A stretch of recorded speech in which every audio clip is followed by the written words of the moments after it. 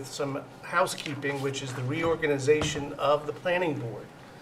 So what I'll take is a motion that the planning board reorganize and consider nominations for the following positions: chair, vice chair, clerk, and take any action on the following: meeting nights and signature of plans. Someone want to move that motion? So moved. Okay, Second. do I have a second? Second. Okay, all in favor? Aye. Aye. All right, so the nominations are open. The first nomination is for chair, so nominations for chair are now being accepted. I'll nominate Andy Wendell for chair.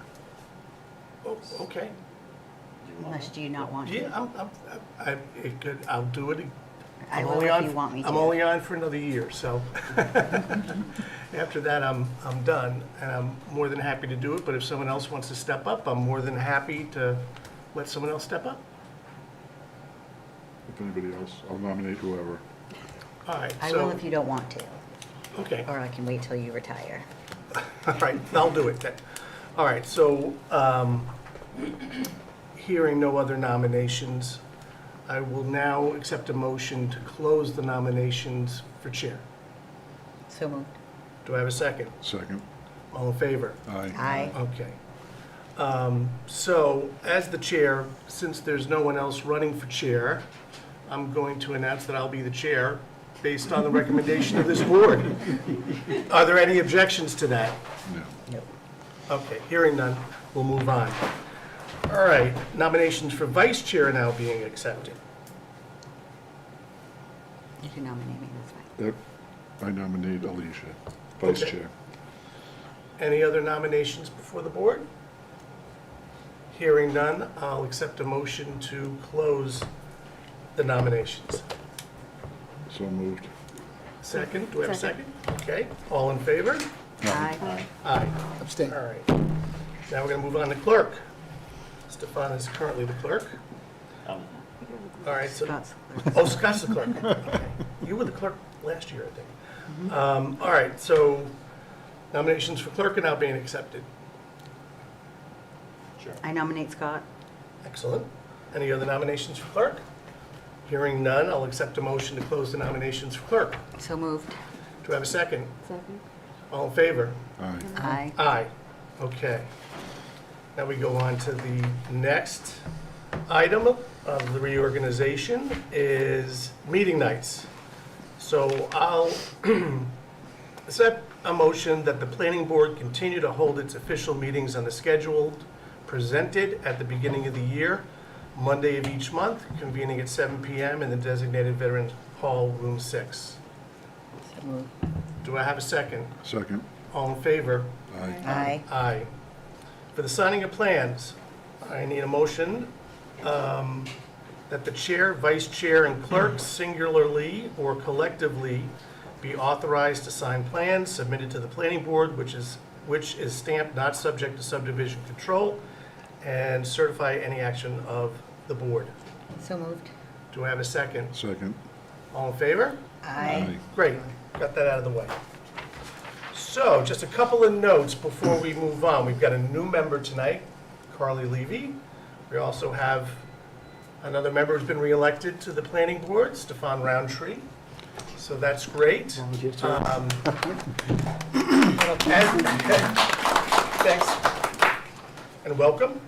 And as we've got a new member, we have a member who's departed. So for those of you who know Jim Noon, he's been a fixture on this board for a long time. He was first elected to the planning board here in Pembroke in 1994. So that's 32 years of service on the board.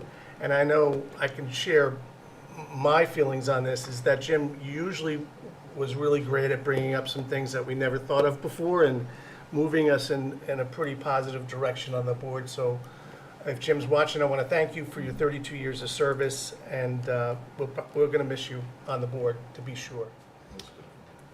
All right, so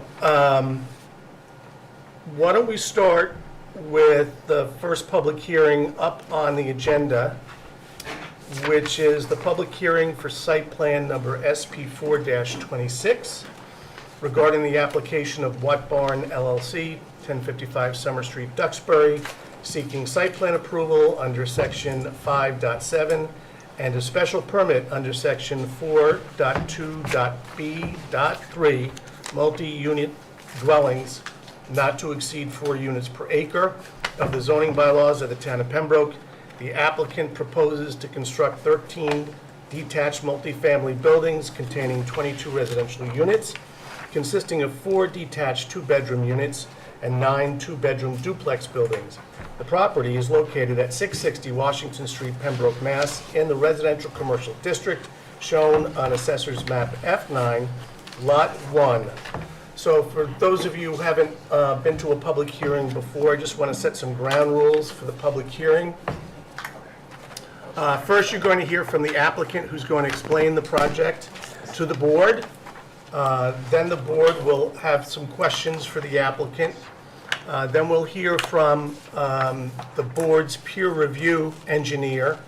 The plans have been reviewed by the peer review engineer. We'll hear from her. And then I will open it up to public comment. During the public comment section, please address your questions to the board through me. And let's get started. Thank you. I'm Kevin Grady from Grady Consulting, representing What Barn LLC. Don McGill is What Barn LLC. The project, as you said, 660 Washington Street. The applicant's proposing multi-unit dwelling complex of 13 buildings, 14 of which are single standalone units, 9 duplexes. All of those units are 2 bedrooms for a total of 22 units and 44 bedrooms. The site is in the residential commercial district, and multi-unit dwellings are allowed by special permit within the residential commercial district. The allowance is based upon certain standards that the application needs to adhere to, as well as site plan approval, which also has certain standards. This project also needs to go through Board of Health and Conservation for permitting through the town. And there's a few others as well, but those are the most notable.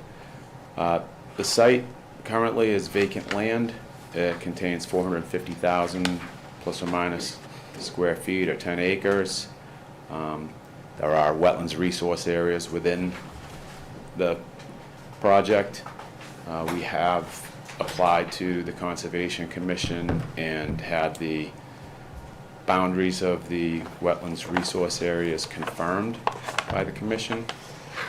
They basically include bordering vegetated wetland, intermittent stream, and also a perennial stream. So the parcel fronts on Route 53. It has approximately a little over 600 feet of frontage. Route 53 is the main thoroughfare across Pembroke. As you know, it's got an 80-foot wide right-of-way and 50-mile-an-hour speed limit. So it truly is the main street that is not Route 3 highway. Surrounding the property, on the south side, there's an existing commercial development. There's 4 large warehouse-type buildings. On the rear of the property, back here, it's mostly vacant land. There is 1 residential structure that has about 20 feet of common property line in that area. And to the west, over here, that's vacant land as well. Across Route 53, there are 3 residential dwellings in this area. The zoning bylaw allows for 1 unit per 10,000 square feet. The site, as I indicated, is of upland and also exclusive of easements. So as I indicated originally, it's 450,000 square feet, so it's a bunch of resource area there. 294 square feet of upland with no easements. So that is 29 units allowed. We are proposing 22. Obviously, we followed along the zoning bylaw. It's the recipe that we have to follow to prepare these. The density is no more than 4 units per acre. Based on the size of the site, 27 are allowed and 22 are proposed. There's also a density that's related to the frontage. There's 600 feet of frontage. You can have 1 unit per 20 feet of frontage, so there's 30 units allowed under that portion of the bylaw, again, proposing 22. So the project complies based on density, size, et cetera. There's room for more units, but for environmental reasons and the shape of the lot, the applicant is proposing 22. The site also complies with the yard requirements for the layout. The front yard, all buildings are required to be 100 feet off of the frontage. I know the scale's small. If you need me to flip to a larger one, I'm happy to, but this does show the overall layout. The side yard's required to be 40 feet if it's a commercial use, or 100 feet if it's a residential use. And the rear yard is required to be 50 feet if it's commercial, or 100 if residential use. And the project complies with those setbacks. Let's see if I can-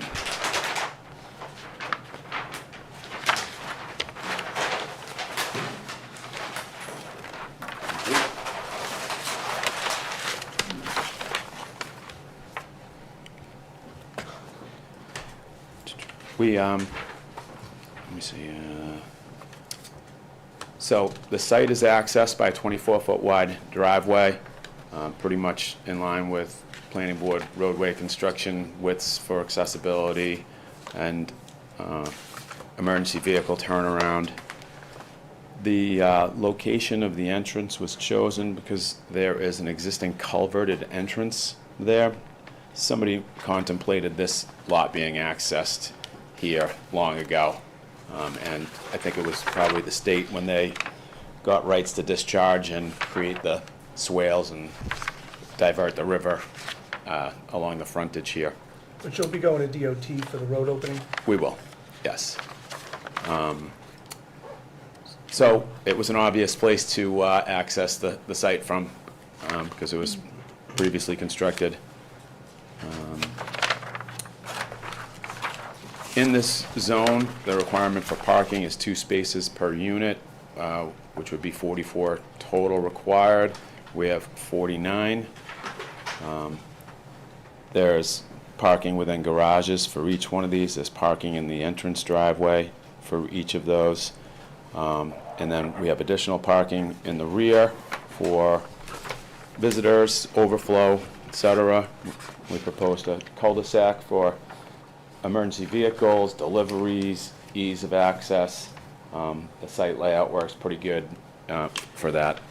And I think there's actually a little bit more parking than we're counting with some of these longer driveways. So I don't see parking being an issue for this development.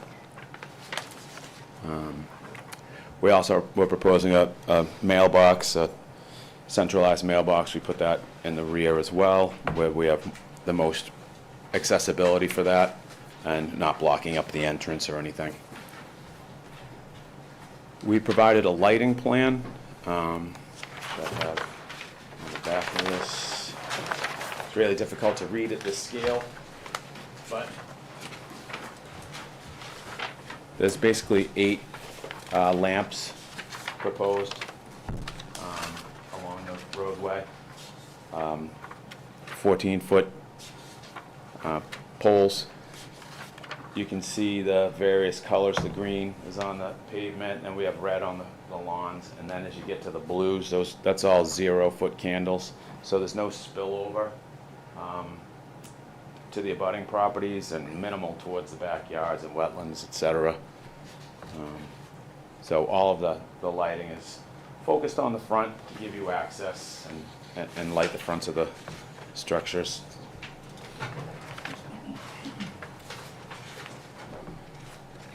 We prepared a landscape plan that followed the requirements of the zoning bylaw,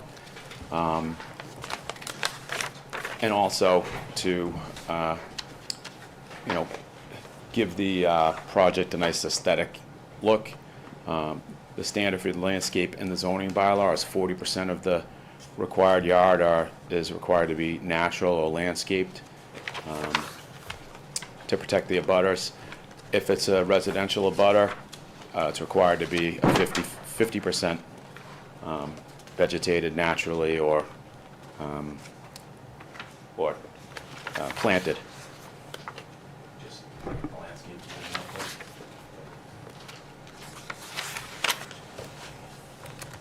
Yeah, sheet 20 if you guys have a.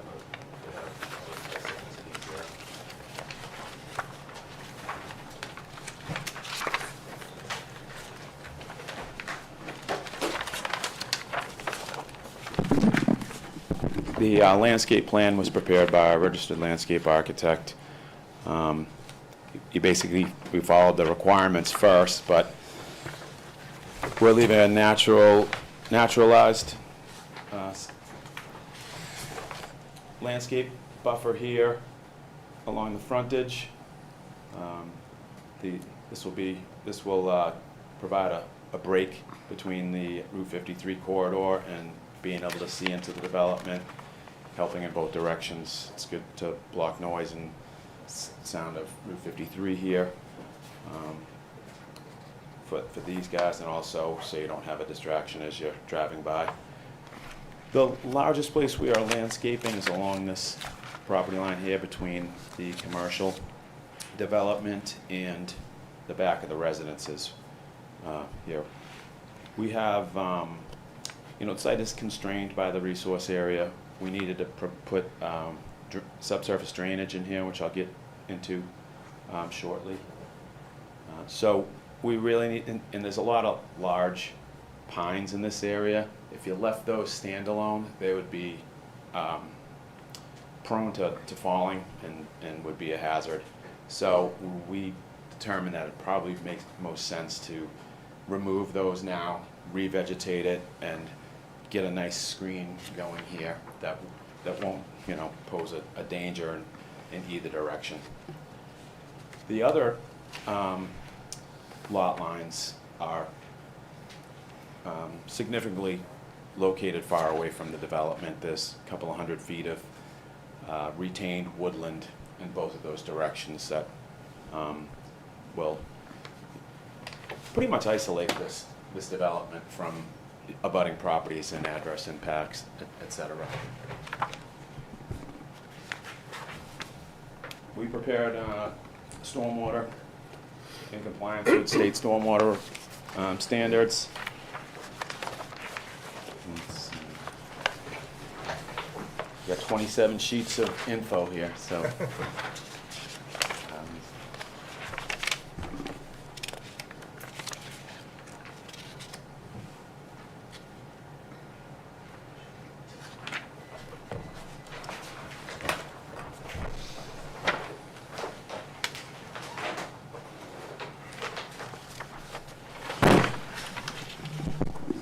The stormwater system consists of deep sump hooded catch basins along the roadway for the most part, so any stormwater that lands on the pavement will be routed to the deep sump hooded catch basins. From there, they go through manholes and oil and grit separators, so we're providing 2 pre-treatment BMPs prior to reaching any infiltration BMPs. So that provides 44% TSS removal before getting into these, which will help the longevity and the infiltrative capacity of the system.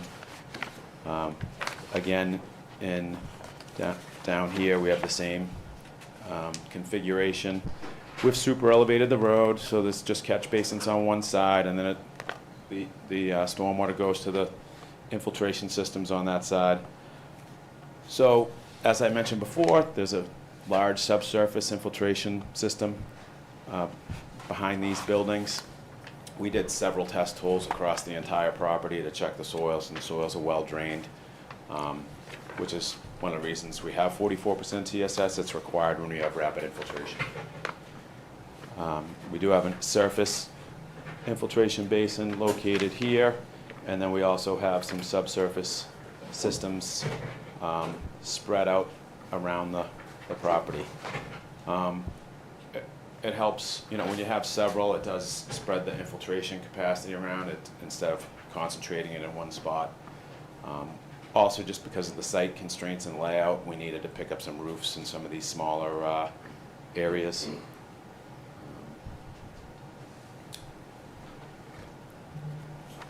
We provided a stormwater report detailing compliance.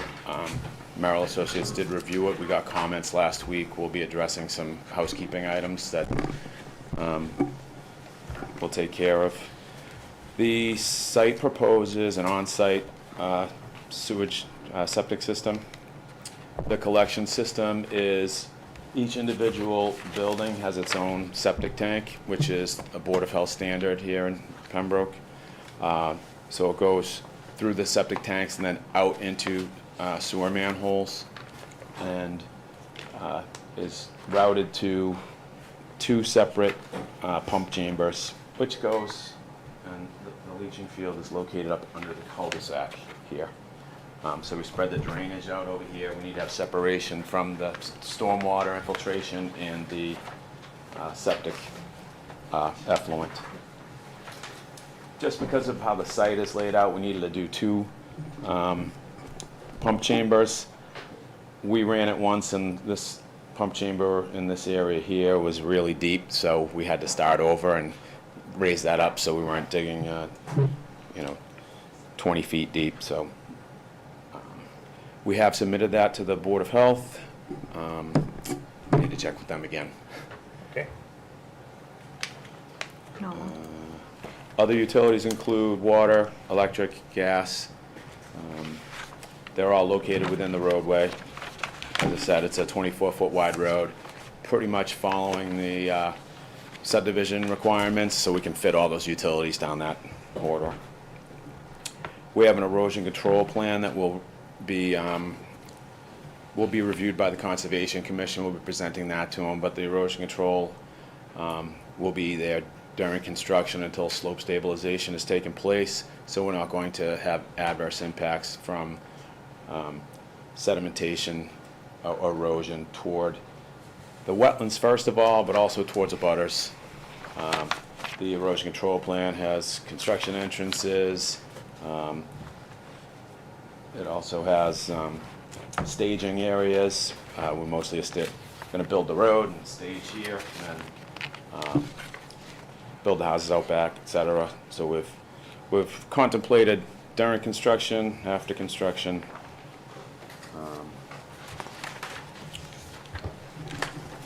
So the special permit standard is that the applicant needs to clearly establish that the proposed development isn't going to be noisy, injurious, noxious, offensive, or detrimental to the neighborhood. It does not degrade or derogate from the purpose of the bylaw. It's a residential application, which is pretty benign. Typically, you might, where we have a higher density, that's why you have a special permit process. You want to make sure that we're not having adverse effects, and one of the main ways we're not is obviously the landscaping is surrounding the development. We've contemplated stormwater as well as sewage system. You wouldn't expect loud noise, a significant amount of noise from a development like this. We've done a handful of them in town, and I think they've been pretty well received by the neighborhoods. And this one looks to be similar density. Obviously, we followed the bylaw. We did submit a development impact statement. It goes through a number of things, including traffic. One of the things we basically did a trip generation for the traffic. Based on the occupancy and the use here, we're expecting about 216 trips per day. In the peak PM hour, we're looking at 44 trips in that hour. And we also presented in our brief that Route 53 in this area has about 6,700 trips per day. This development, based just on simple math, is going to increase that traffic by about 3%. This road is really unsignalized except for flashing yellow light. I like driving that road. There's not a lot of stop and go.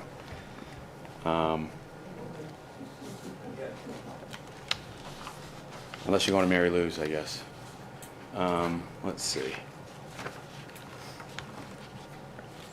So we also have site plan standards, which I laid out in my application. There's 6 standards. First one, we've mentioned a few times already, protection of abutting properties in the neighborhood and communities to minimize any detrimental or offensive uses of the site. I basically went over that. Happy to discuss it further if you want. Convenience and safety of vehicular and pedestrian movement within the site in relation to the abutting properties. Just had a discussion of that. Adequacy of the methods of sewage, refuse, other waste, drainage, protection of aquifers, floodplains. Next was provision of for lighting, off-street parking, loading and unloading. We've discussed that. Compliance with the provisions of Mass General laws, basically zoning regs. We provided detailed evidence that we comply with the zoning requirements. So I think the applicant has done a good job complying with the regs, thoughtful layout, staying away from resource areas, using infrastructure that's already there, and planting as well as retaining as much of the vegetation, the forested vegetation that's possible, but still have a working development. So are you bringing in any materials for site preparation? No, we're not. There's not a huge, I think it's a pretty well-balanced site, actually. That was one of Deb's comments, that to provide a cut-fill calculation, which we certainly will have that as part of our response to her requests. And then the intent, of course, is to have an HOA with this? Yes, yep. So remains in private hands, town doesn't need to go in there and plow anything. Are you thinking about that cul-de-sac for like snow storage during the, Snow storage mark. oh, there is a snow storage marked on it? Okay, great. Snow storage on top of the septic system? No, if the snow storage is. No, up it's actually in a between the different area, buildings. Stefan. It's up where they have for a stockpile, and then it says snow storage. I don't remember what sheet it's on now. Way at the end of the. I know I saw it. And you have a count on the landscaping for the amount of trees that you're, Yes, Putting on the in- detail sheet, Okay. the landscape architect calculated all I mean, that. you'll have to clear a substantial number of trees there, but you're planting a lot of trees Correct. So I as just part of have the landscape plan. on, what is it, the proposed drainage system number 5, you have the retaining wall right behind there. And then it looks about 10 feet, and then a fence, and in between, is that where you're proposed to planting all the trees? So along that side of the property? This here, Yeah. yes. Yeah, this is all planted, so this system is actually below the wall, and the vegetation is all Okay. up above. So there's there's no a chance cut- of, there's a cut like, there. the leaves or vegetation having any issues with the drainage there, correct? Correct. Okay. Yeah, I think you've talked about the riprap required I think, yeah, outfalls. outfalls. Okay. Somewhere else. I think it's out here somewhere. Just for folks in the audience, what he's pointing to is the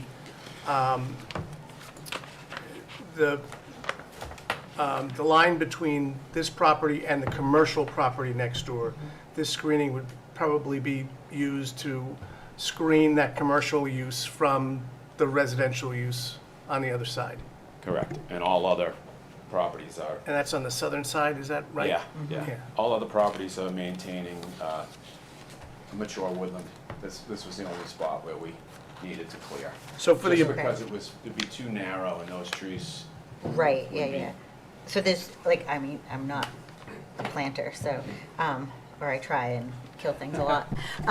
So there's no issue with planting on top of that, where this only about 10 feet, is there, like, for Root root penetration. issues and wind?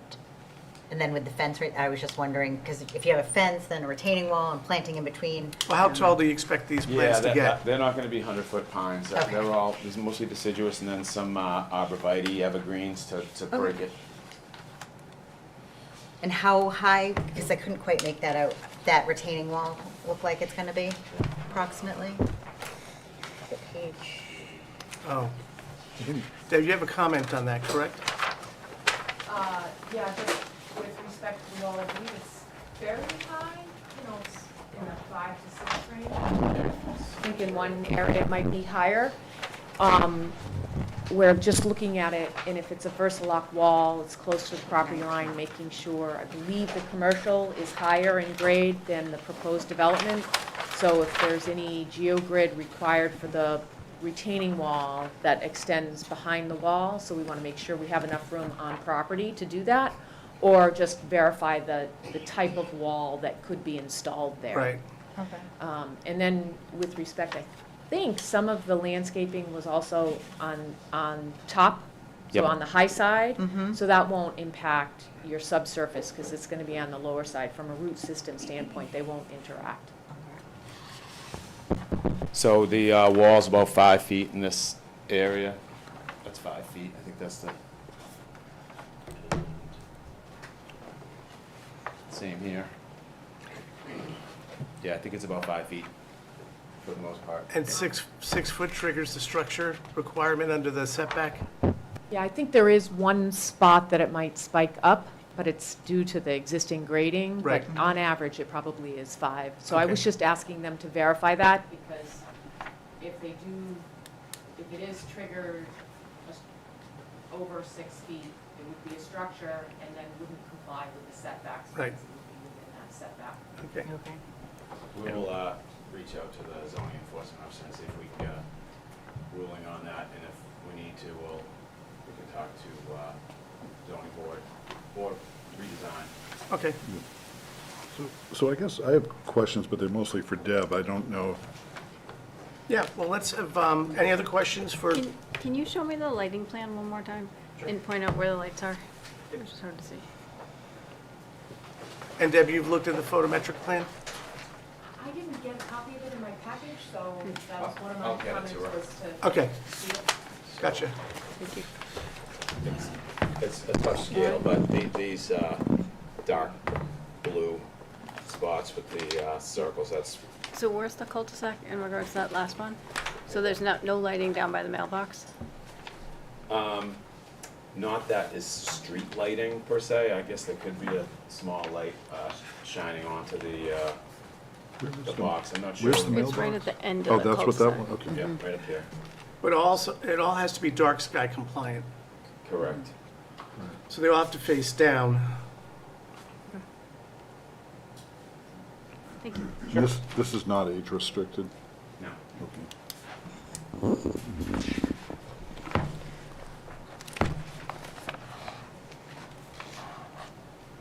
Any other questions for Kevin? What was the, I didn't see details on the fence. What were you referring to? What is the fence on the top of the wall? So it says it's it looks like it's about 10 feet behind the retaining wall. Yeah. Not on, Privacy fence. It says a privacy fence, Yeah. 6-foot privacy fence. Solid. Solid Feet fence. or- Yeah. Yeah, to shield from like the parking Gotcha. next door. Probably like a cedar or, you know, just so it doesn't Yeah. Yep. blind you white PVC fence. Thank you. So the cul-de-sac area is not lit? No. And that cul-de-sac area is far away from any abutter, and the closest abutter would be the commercial property next door and behind it. One of the issues probably running into is that we have a leaching field under that entire thing, and to get a foundation for Yeah, the yeah. light might be difficult. Solar light. still requires the foundation. It still requires the, Well, what's the, I I'm sure we mean, can figure out a way to get a light out there. I Yeah. don't know that if they could be using that. Put a little light in the mailbox structure or something like that. A lamp post more than a street. Yeah. I'm just thinking, it's like a great place for kids to hang out. I think they go a little deeper into the. Yeah, woods. there's a lot of Yeah, woods but- there. yeah, I think there's more opportunity in there. Yeah. All right, Deb, do you want to give us a rundown of some of the outstanding issues on the peer review and anything that you may need some more info on? So, good evening, Deb Keller with Merrill Engineers and Land Surveyors. So we did complete a peer review of the site development. And I'm just gonna skip through and see if I can find the items. So again, as noted, retaining wall was one of the things that I wanted them to look into, just to make sure that if they needed any kind of relief or could coordinate that through zoning, that was addressed.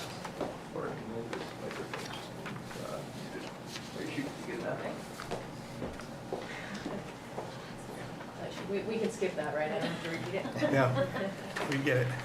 One of the things, speaking of the mailbox at the cul-de-sac, I like the mailbox kiosk at the cul-de-sac, but I was wondering if maybe because people are gonna come drive home from work to go pick up their mail, and they're gonna run around the cul-de-sac, and they're gonna park in the middle of the cul-de-sac and grab. Is there a way that could either be next to those extra parking spaces, or we have a pull-off Yeah, next could to there be a it? little pull-off? Yeah.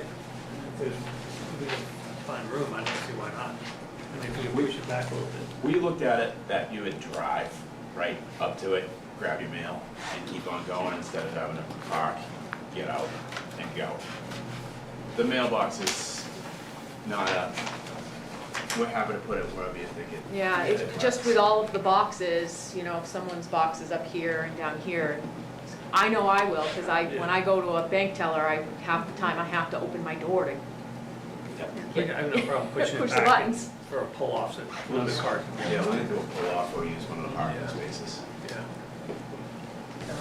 So just something to think about for the mail kiosk. Again, I just wanted to see the lighting plan, so if I get that, that'd be great. It sounds like it's complete. Wanted to have them just confirm that the water department has reviewed the water main, and the fire department has looked at circulation as well as hydrant locations on the site. I did have a question with regards to the architecture and making sure that the structure shows 3 floor plans. Maybe one is a half story, and that's how we get to 2.5, but just to have a little bit of documentation to make sure we're meeting the height requirements for the structures. As mentioned, we reviewed the drainage.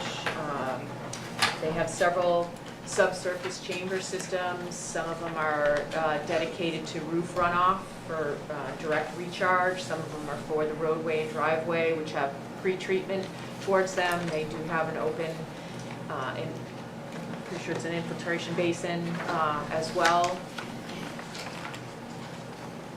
Just some cleanup from drainage. I don't think there's anything crucial here. Some additional details. Utility complex that is quite tight with the utilities, because everything is subsurface. So just making sure that we don't have any conflicts between several of the utilities. I did ask for a riprap sediment trap at the outlets for all of the stormwater basins, just to make sure that we don't cause any erosion since we are almost surrounded by wetland resources, making sure that we do address that. And just to be clear on the resource area, so the work proposed is going to be in the riverfront buffer area, not in the BVW buffer. Correct. You're outside of the 100-foot buffer. Not 100%. Not 100%? Okay. No. And that'll be you'll cover that at the Concom meeting. Okay. 100-foot right here. Oh, that's the 100-foot area. Okay. So a lot of the stormwater they've kept back as we talked on other jobs. And when you have infiltration, you need to stay 50 feet away from your wetland resource areas. So they've been pulled all that back. Some of the outlets are a little bit closer, but other than that, I think your closest would be your entrance and along the intermittent stream as it runs parallel with Route 53 along the frontage. And speaking of the driveway entrance, two of the walls that are somewhat tall too are the two head walls that they're proposing at that existing culvert. So, and I do believe they've got guardrails, so it seems appropriate in that location. But again, it's just looking at how those would be constructed. I think that might be something that comes up a little bit in more detail when you get into conservation to make sure that the stream is protected during construction. I had a few comments on the operation and maintenance plan. As you noted, a homeowners association would be established. We do note during construction that a construction general permit through EPA would be required, as well, which also includes the development of a stormwater pollution prevention plan. So as we normally do, we ask for a copy of that prior to construction, just so that we know that they've established all of the construction or pre-construction erosion control measures that are needed for the project. Let's see. The other thing for, I think, the board to consider is there are no sidewalks proposed within the development, understanding there's no sidewalks on Washington Street, but just something to think about whether or not you would like to see some type of pedestrian circulation within the development, even though it's not going to tie in, but I wanted to just throw that out for you to think about. I think that's pretty much it. Most of, again, I did mention a cut and fill just to make sure. They are cutting in certain areas. I'm sure, as stated, it may be close to a balanced site, but it's nice to see that so that you guys can consider truck traffic and during construction and how much is going to be coming in and out of that site. And as stated again, they are accessing Washington Street, which is Route 53, so they will be required to file with Mass DOT for the curb cut as well as any utility connections that they'll make. Typically, primarily it'll be the water service that they'll have to cut into 53 to access. Just a quick question. I know you mentioned the emergency vehicle turning movements. I'm just wondering what other towns do. It seems like we seem to be tripping up over this thing where, you know, we get one member of the fire department in here saying, oh yeah, it's fine, it's terrific, and then, you know, 3 weeks later, somebody else is coming in and saying, you know, I wouldn't approve that. Do you think it's best for, like, as a board to request, like, the approval in writing? I mean, we make it subject to that, Yeah. but, Well, they do have to sign off on the site plan. Have you received any comments back from the fire department yet? I haven't seen any comments from the fire department. Sam, we'll contact them. Okay. Typically, other towns that we work in, they usually provide us with their largest vehicle that they want to see. Yeah. We provide those turning movements directly to the fire department, obviously copied to the board when we submit, and work with them to get their sign off. okay. You know, that's a good point. We should probably make that part of the application. So, Yeah. We typically show that vehicle movement. I don't recall at the moment, I can flip through the sheets and find it, but I'm gonna respond to her Yeah. letter anyway. Oh, we do get the request from the fire department for that Yeah. typically. Right. But we haven't heard from them yet specifically on this. Okay, We'll pursue them, which we typically have to do. okay. Yep. That's pretty much it on my comments. I'm happy to answer anything. Yeah, one thing I want to just go, I understand the waiver request for the traffic study. Just explain a little bit about the curbing, we get that waiver request all the time. All the Yeah. time, yeah. So you have a statement under site plan review that believe you cannot have bituminous curbing. So at one point in time, you probably wanted a more significant or robust curbing for all of your. Like a granite A curbing. granite or a concrete. It doesn't state that you have to do granite, it just says not bituminous concrete. But it seems like a lot of projects come in with Cape Cod berm, Right, or in this case, they're even going one step further and super elevating the road, so you only need curbing on one side, so that you have no curbing on the other. right. So it really is up to the. So there's no environmental reason for that or stormwater reason. The stormwater is handled the same way and the calculations are all the same whether you use the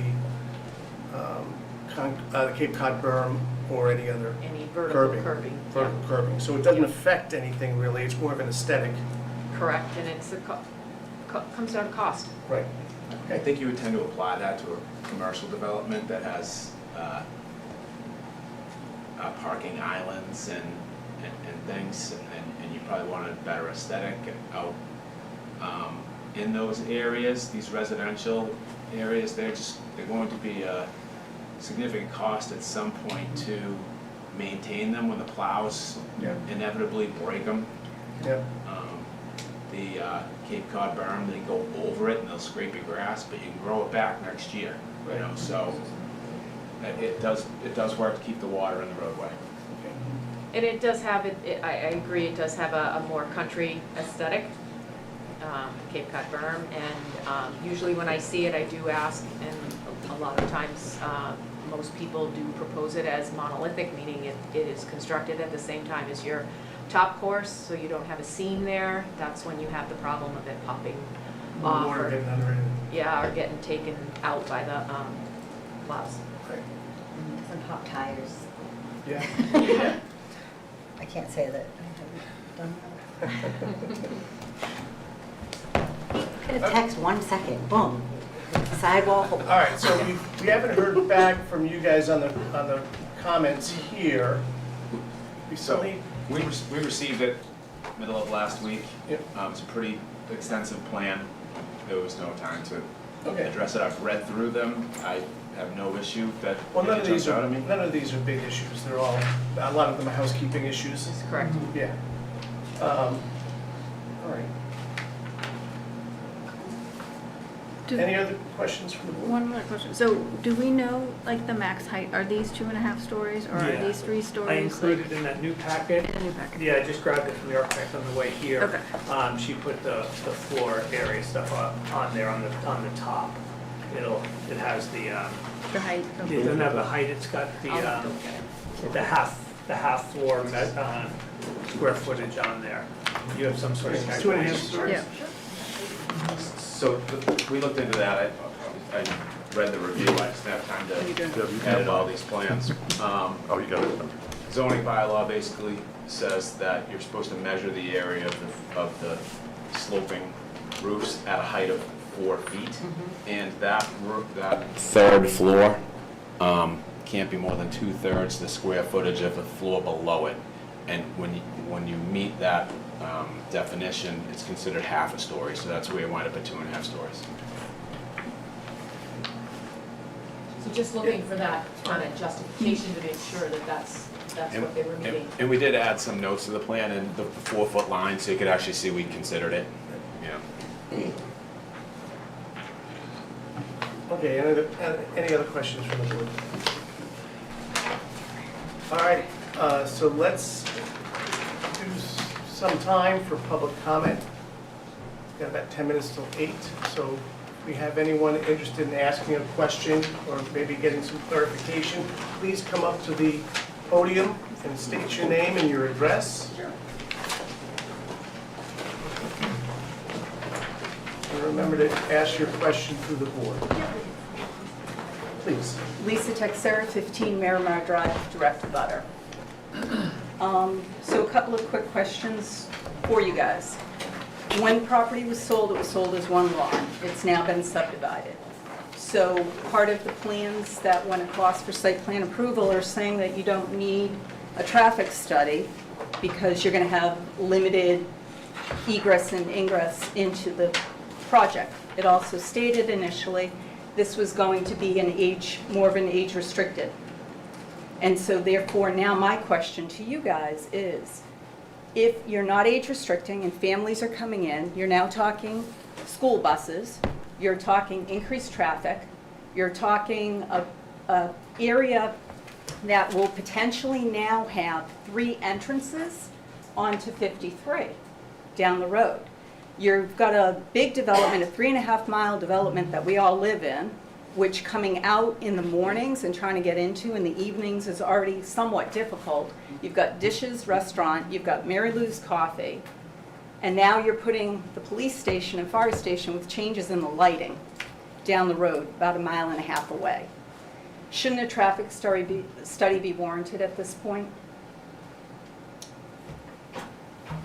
Anybody want to answer that? You guys want to answer that? And then we can chime in? Sure.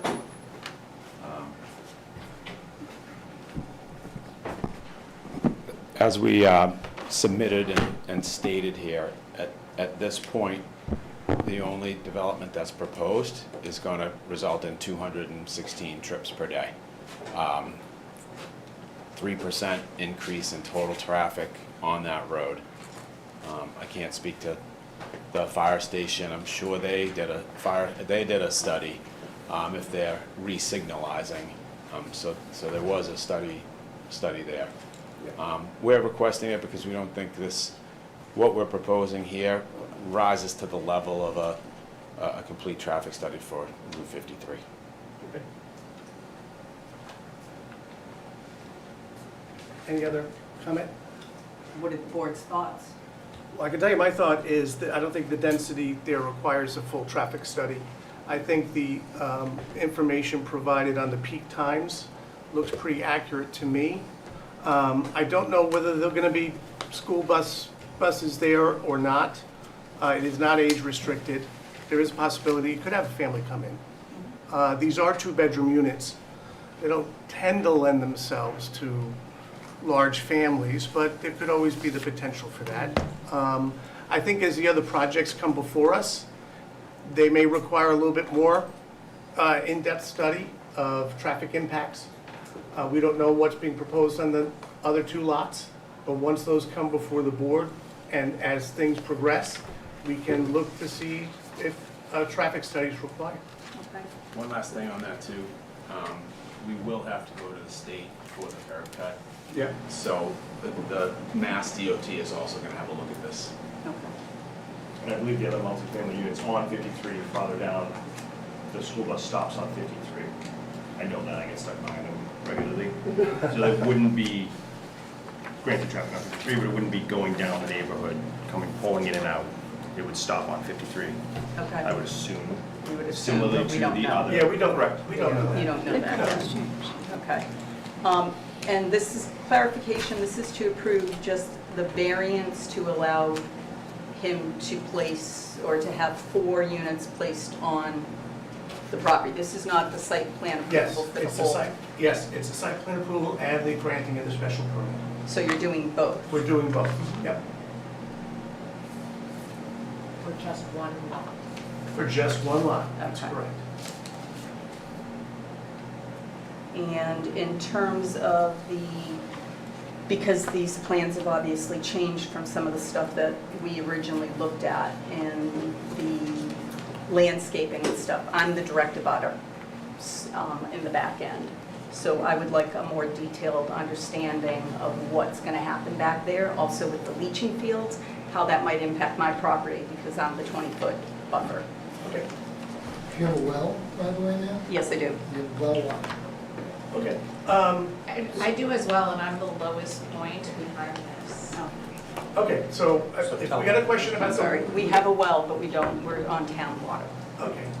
There's a well for irrigation that was Irrigation. dropped Okay. years So ago. why don't we go over the abutters' concerns about stormwater and the leaching field? So Deb, let me have you chime in first. Sure. As the peer review engineer. The site, the proposed work is pretty far away from any residential abutters and is buffeted by significant woodland. If you look at the amount of square footage of woodland, where would you put that at? Roughly. Don't expect you to do a calculation, I That's guess. 600 feet. That's this yellow line here Yeah. to here. So that's over 600 feet Okay. away. And in addition, there's a town-owned piece of property that abuts it at the end of that This piece here. piece there. So what I would look at is just making sure this, you have proper setback from this septic system on this property to the property line so that you're not impeding development of this undeveloped Right, and that's property. per DEP Per regulations. DEP regulations. Right, It so really all- is 10 feet. So all stormwater, any kind of septic has to be contained within the site. Yes. Cannot go off to your neighbors or infiltrate on your neighbor's property. And, yes, and when they file the septic with Board of Health, I believe in Pembroke, you have to identify all of the recorded wells so that you make sure that you have proper setbacks to, whether it's an irrigation well, it's a different setback than a potable well. Okay. The septic system is 100 feet away from any residential abutter. Well, It's, it's more than 100 feet away Yeah. from the site. right. And Yeah. that's a 80 scale, so it's 80 feet to the back property line right there. And that's the commercial That's a commercial Yeah. building. site Yeah. next door. Deb, so 600. irrigation wells are not potable water. That's correct. So you have a lesser setback to an irrigation well than you would a potable well. But what if you decide to make it a portable? Okay, you got to direct your question to the board, please. And please come up and state your name and...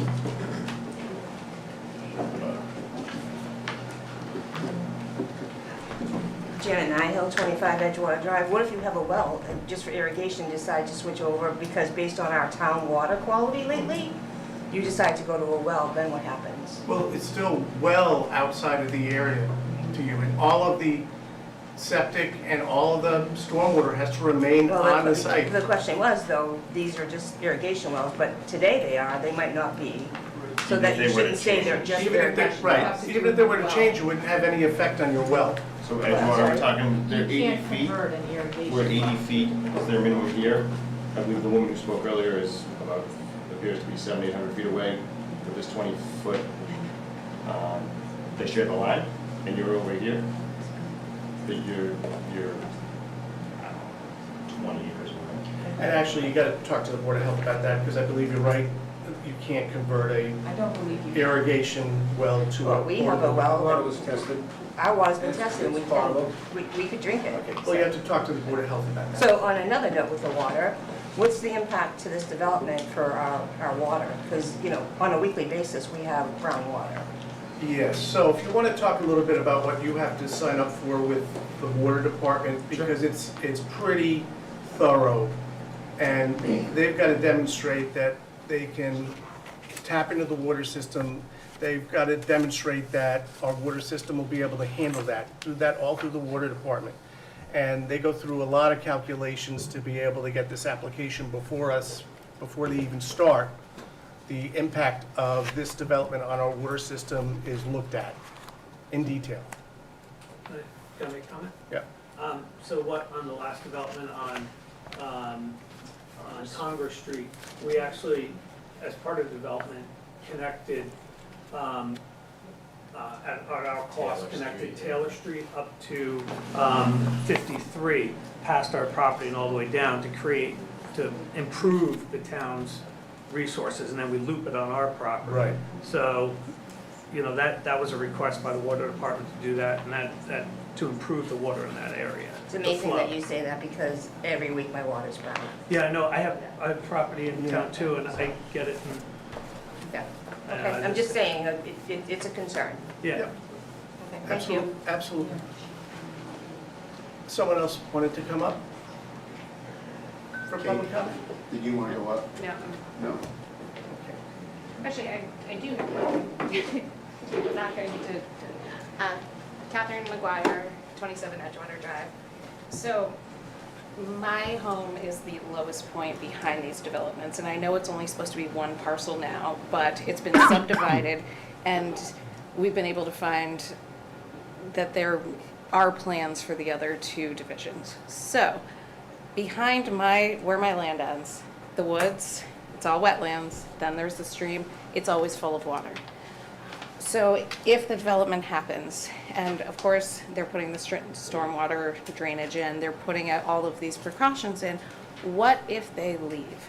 Who is then going to be responsible to make sure that when my pool fills up with water, that's sewage or whatever it happens to be, what are the precautionary things that are gonna be taken going forward? Yeah, well, there generally shouldn't be any need for a precautionary measure because any development on that site cannot impact your site with any water or any septic or anything like that. By law, it can't do that. So what I would suggest though is, if there's questions about these other two lots, which I'm sure some folks have, that work is not before this board tonight. We can only answer to the work proposed before us tonight. But there is a public hearing process for a lot of these projects, and at that point in time, if work is proposed, there will be another public hearing just like this one, specific to a lot that may be closer to yours, and I do encourage you to come and ask questions and do as much due diligence on your part on that, on what goes on in that site. All right, so there is a public hearing process for that as well. Okay, I have a lot of concern about the amount of water that is already there, and if Sure. there's land displaced and trees displaced, and they're talking about building vegetation, but smaller vegetation, as opposed to 100-foot pines and large groups of them, building a couple of bushes might not take off the rainwater runoff, Well, that's all, everything that that's we've all got. in the calculations. Those are engineered, and those are all calculated as part of the stormwater management report that's filed with DEP. So it has to conform with those standards. So again, if there's whatever project's proposed there, you will have an opportunity to question it and take a look at what's prepared for it. All right? And that's why we also have peer review, so it's Yeah. not just one person, developer's, engineer, and we're taking their word for it. It's backed up with our peer review to make sure, because we're not all engineers up here, so we don't always know. So we have backup to make sure that they're doing it properly and that it stays on their site. Can I also just ask, since I'm up here, how did the land get subdivided? How does that process work? That was done through the formation of Form A lots, which is allowed under Pembroke zoning. So you can subdivide property into separate Form A lots as long as they have the required square footage, which is 40,000 square feet at a minimum, and the required 150 feet of frontage on a way. And what is the Form A approval process? Actually, it's approval not required under subdivision rules and regs, or the subdivision law. So it's like setting up a single-family lot. As long as you've got the required frontage and square feet, you can get a Form A lot by right. State law. State law. Mark Buckholtz, I live at 7 Miramar. I know that this stream behind there has been labeled as intermittent. I've lived there since 2002. I can definitely tell you the times when that stream has been completely filled and probably a 40-foot wide.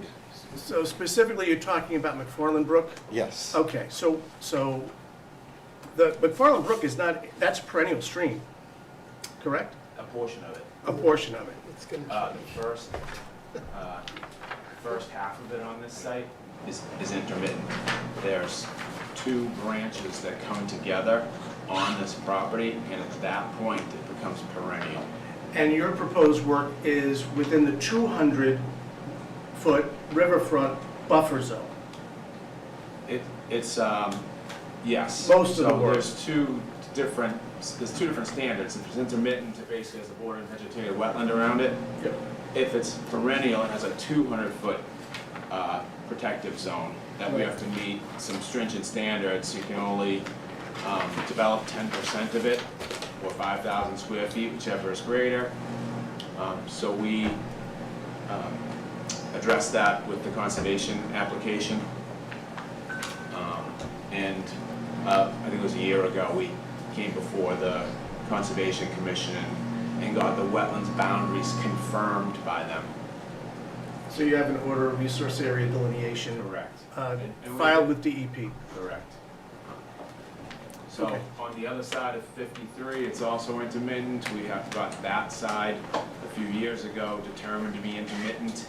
We followed it down the site. We went out and recorded multiple days in a row by the requirements, the prescription and the conservation regulations. We had it witnessed and peer reviewed. It met all the standards. Yep. But then it's a perennial river, right, where those two branches come together. Right.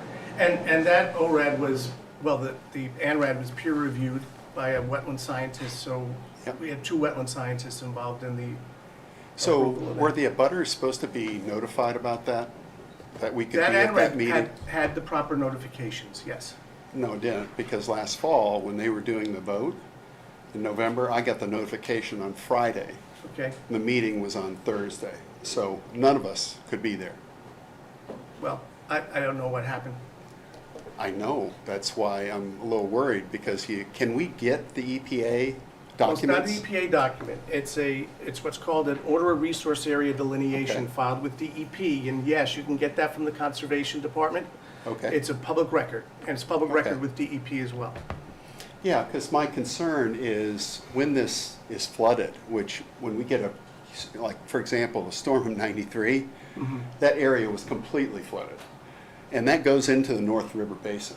So, I know you're normally fine, but when that thing is totally flooded, is it still fine? I mean, I think the last year when this site was looked at, we've been in a drought. And so, yeah, you're not going to see any water. If you go back there right now, there's water. And you can see the wetlands because there's vegetation that'll basically demarcate where those are.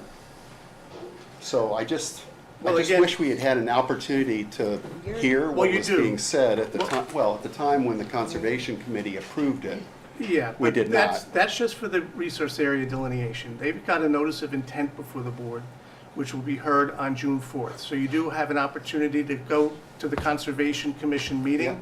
Yeah, That's a okay. public hearing, and they'll be considering the notice of intent. Okay. And to get a hold of those docs, who would we approach? Go to the Conservation Office. Okay. And get them from there. Yep. Yeah, because the first time I was made aware that there was anything going back was last August, because I noticed they were digging back there, and they Right. brought in equipment. And so I went to the town manager. At that point, he told me there was nothing on this site. No Gotcha. plans, no nothing. So I'm just a little surprised that we've moved so far along from nothing to where we are right now without a whole lot of intervention. Well, the process is just getting started, all right? So the Yeah. process of the notice of, the ANRAD was to do the delineation. Yeah, That got established, and then we've got, a NOI. So the notice of intent is going before the Conservation Commission, and you're more than welcome to go to that hearing. yeah, very good. All right, I don't All right. think I have any other questions. Now, as a public information, all this engineering is above ground. We do know underground management of water. So people with wells, if you're using well water for whatever purpose, it's up to you to continue to test it to provide information to the town. Yeah, And I it would be understand. in your That's on best us. interest to do that Yeah. Well, they should It's be on doing us. that I'm anyway. not, on a regular basis, that's Yeah. all I'm saying. Because again, we're doing all this engineering Yeah. above ground. Yeah. What happens underground is a total mystery. and I realize tonight we're the one lot, But obviously, when you start looking at the other two lots, that's when it gets a lot more real for those who are abutting it. Yeah. And so it's hard to say, oh yeah, this is great, when we don't really know what the other two. So is there any thoughts of getting some at least preliminary thoughts of how that's going to be developed in that area? That's up to the owner of the property. Right. Yeah. Just I like if thought- you were planning something for your own yard, like you're not gonna, until you're ready to submit it, you'd have architecturals and Right. all of your engineering before you submit it to any town office. They're not required to send anything to us till they're ready to. So doesn't the town still own the land? No. It's been, yes, it does. The town, yeah, the town Yeah, still, but the town voted at town meeting to sell that land and put it up for sale. exactly, to put it up for sale, Yes. but it has not transferred Well, ownership. there may be all kinds of reasons for that, that this board doesn't get No. involved, that this board doesn't get It's involved in. typical, but I'm just saying, you're talking like it's on him. I'm just saying, right now, the town owns this land. So things that are going on those lots, I would really love for the town to take ownership of what's gonna happen on those lots, because he has not taken ownership of the land yet. Yeah, there's nothing this board can do in that respect. So And who with would? all honesty. We Okay. get work proposed to us, we have a Yeah. site plan, we go through site plan review, we Yeah. approve site plans. Ownership and issues like that, we don't get involved in. It's just the compounding, you know, Right. I appreciate Anything everything that has to that's do being with done. ownership of that land for the town and it's being sold should be directed to the town manager's office because that's who's directing the sale of the land. Yeah. But we don't have any say in that. I've already talked with him. He doesn't know. He doesn't have any idea what's going to go on the other two lots. So no one does. Maybe you do. And so, Well, work is proposed, it goes through the public hearing process, just like Right. this does, okay? Right. So all of it is, open. And, understand. we have to go through, the Right. applicant has to go through the process. Right. But by having these things all compounded, it just makes it a little challenging to say, oh Well, yeah, this is great. If anything, when you we get, don't know you what's get coming. 3 bites at the apple because there may be 3 applications, Right. all right? And Okay. to air your concerns and to also, ask questions about the projects. Right. Yeah, absolutely. Well, thank you. Thank you for your answers. One of the things I do want to ask you, Deb, is septic system with multiple homes on it. Do we get a failure mode engineering analysis of what happens if one of the pipes collapses and a system's being pumped with a collapsed pipe? I mean, that should, Like, do we have failure mode engineering analysis done of a wastewater system Well, that's under for the. multiple units? That's Is more it a Board of tough- Health. It is Yeah, under it's that. Board of Health. Just question, I can ask questions. Oh, yes. yeah. I'm gonna let you. So, yeah. Septic systems, expected life is 20 years probably. And then, at least for the leaching infiltration portion, and what happens is it backs up and people notice, and then you have to repair it. There's multiple things you can do. What a lot of times when it's the leaching field, you excavate it out, dispose of it in proper locations, and then you rebuild it. Some of them last 50, 60, 100 years, it's, in this case, we dug several test holes witnessed by the health agent, followed the regulations and designed it like thousands of other systems. We fully anticipate this system is going to work as designed and required, as we've designed several before. So there's system inspection processes. There's a lot of system inspectors out there now with camera capabilities. You guys all have septic systems. There's no sewer in town, right? So they're designed and they work well. You basically own your own utility. We've designed several common systems in town for this exact type of development, and all the systems are working. Still, it's been quite some time too since the first one I did with him. Will part of the HOA be to keep a current certificate on file that it's Yeah. been inspected? So it'll be We'll have the inspected regular? maintenance- We have the owner maintenance manual that has to be sent to the condo association, so, they pump it every so often, so they'll notice. And that's another thing also, there's several tanks. Tanks. So, Right. they'll be pumping it periodically, every 2 years or whatever it is, I don't know. There's 22 tanks. Yeah. And one of the good things about pumping and the homeowners association, one of the, I think it's the biggest and most important thing when you have a shared system is education to the homeowners as to what they can flush down the system. Because that's typically when you get a clog is because they're flushing things that should not go down into the system, and they clog their tank or the pipe from the house to the tank. It's usually where you see it.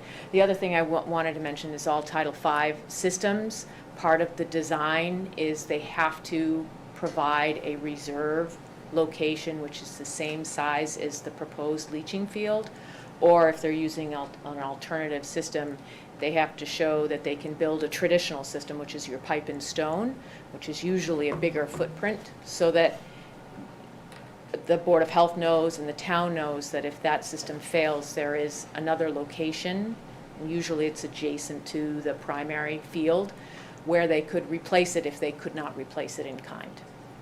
So there are several, I guess, levels of safety built into the design. Secondary Yeah, system. is it okay to ask a quick question about that? Very quickly. Yeah, just is there filters on those boxes? Is there a filter on the system? So- No, most of the systems fail because something gets into them. If you Town- don't have filtration, you don't. Town of Pembroke has local supplemental regulations that are more stringent than Title V. Okay. And Pembroke in particular has always required the Zabel filter before anybody else. So they all have filters. Pembroke also has a unique regulation where they don't allow a common septic tank. They make each homeowner have their own so they can tell who the offenders are of, who's destroying the system. I think that was the thought behind that. And just real quick, going back to stormwater stuff and flooding downstream, we analyze the entire site, and we're required to analyze 2, 10, 25, and 100-year storms and prove that we're not increasing the rate of runoff downstream during any of those storms. As we remove woods, which absorbs a lot of rainwater, and we replace it with impervious surfaces, we have to mathematically figure out how much volume that is and hold it back. And then you let her check my homework. So, and I have to fix some stuff, and we'll get it back to you, and we'll go from there. So it's engineered, it's contemplated. It's not just letting the water run down the hill. So I was just going to suggest, if there's more public comment, we can keep going, or we could, it looks like there's a lot of things to clean up here. We can continue this hearing to the next meeting. Yeah, there's a couple things we could do.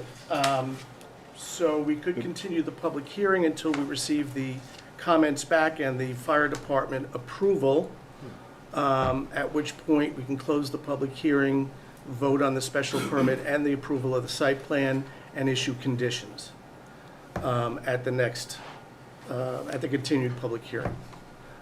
When's the next date? June 8th. Okay. Do you think you'll be able to get all that, Kevin? We also do have one on June 22nd as well. Okay. Is June 8th enough time to get these odds and ends done? And we should hear from the fire department as well. We want their sign off before we get to the next step. Okay. All right, so in the interest of time, I will accept a motion to continue the public hearing until June 8th. So moved. Do I have, okay, all in favor? Aye. Aye. Okay. Thank you. Thank you. All right.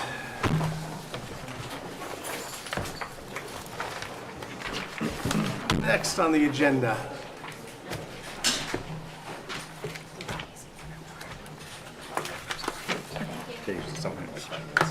We have a public hearing for site plan number SP 5-26 regarding the application of the Town of Pembroke, 100 Center Street, Pembroke, seeking site plan approval under section 5.7 of the zoning bylaws of the town of Pembroke. The applicant proposes to construct an approximately 2,800 square foot addition to the existing municipal public library to support expanded programming and library services. Property is located at 142 Center Street, Pembroke, in the historic district shown on Assessor's Map D9, Lot 1. Come on up, thanks for waiting.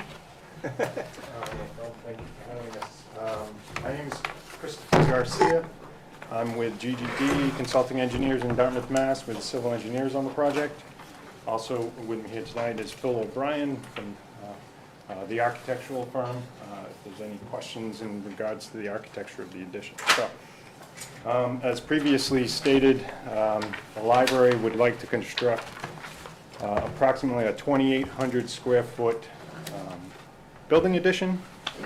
So that would be located, I would say, behind the library in the northeast corner.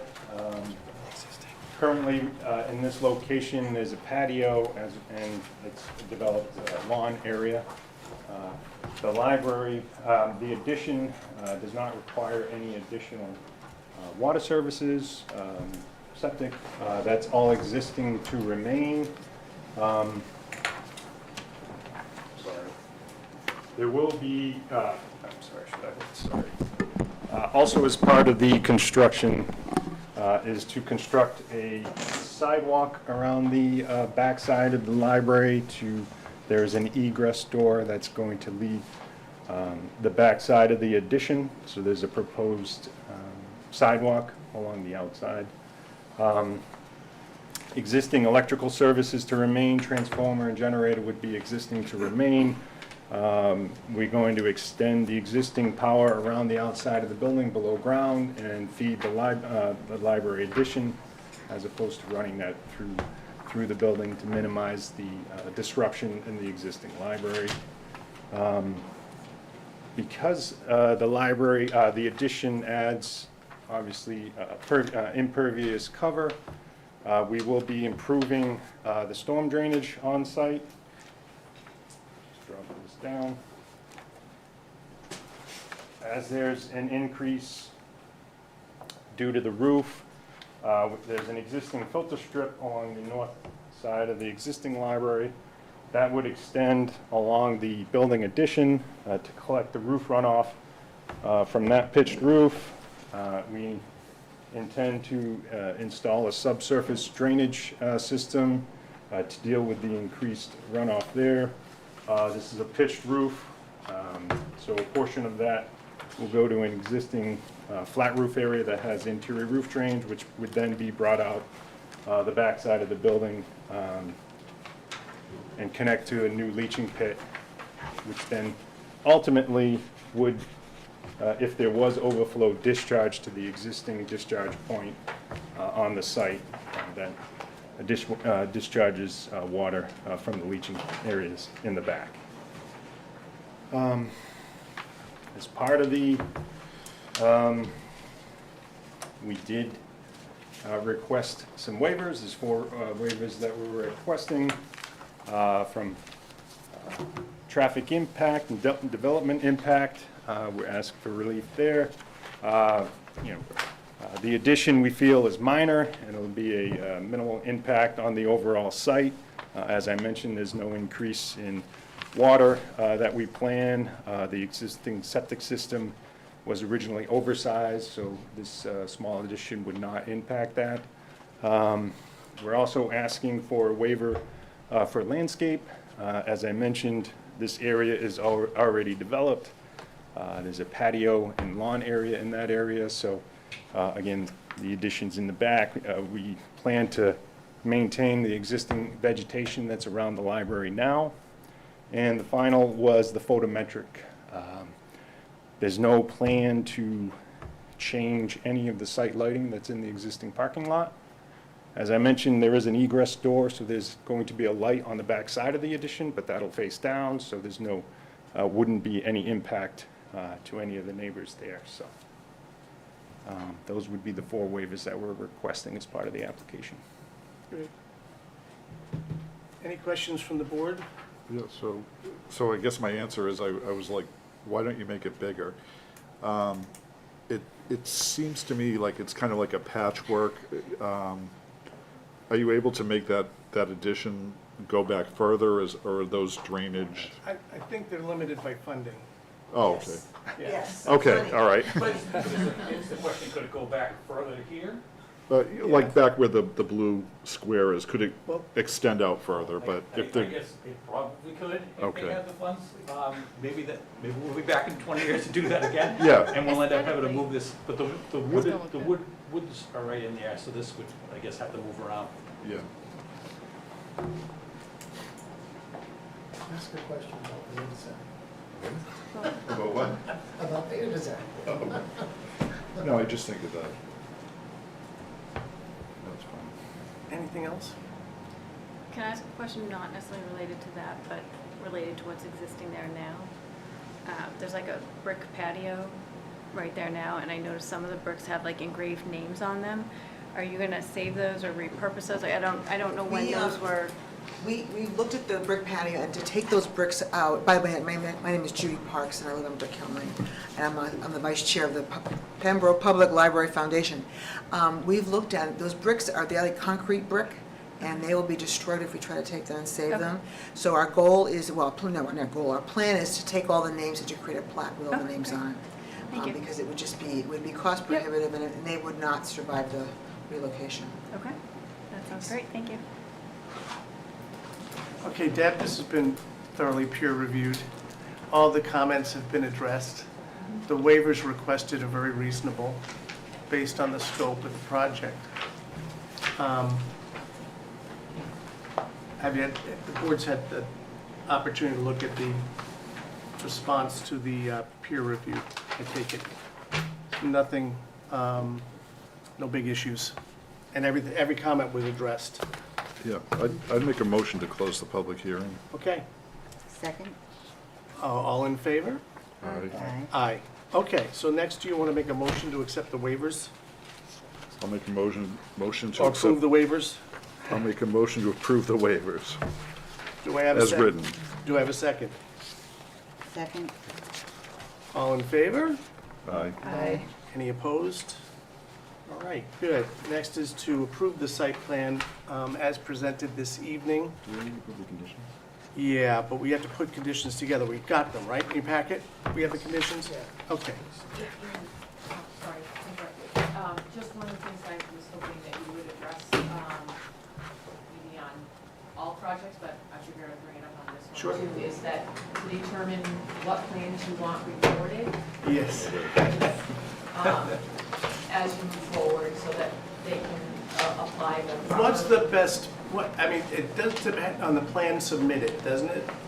We don't require a recording block, do we require a recording block? You do. On which page of the plans? Your registry, your regulations Okay. don't specifically specify which, so, as far as I'm aware, you've been requiring people to record the full set.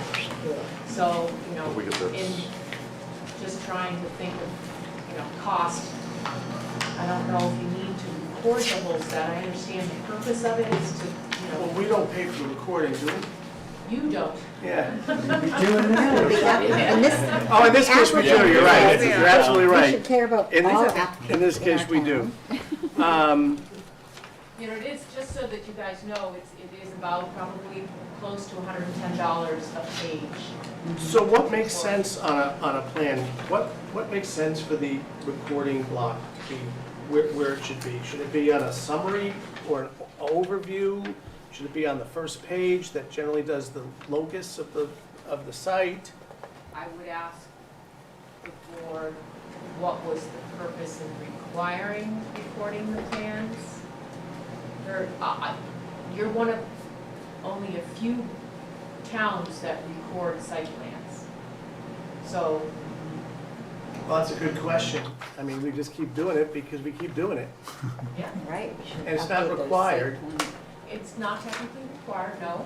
I think it is a great idea to record something so that, as you go down 20 years from now, someone says, why did we do this?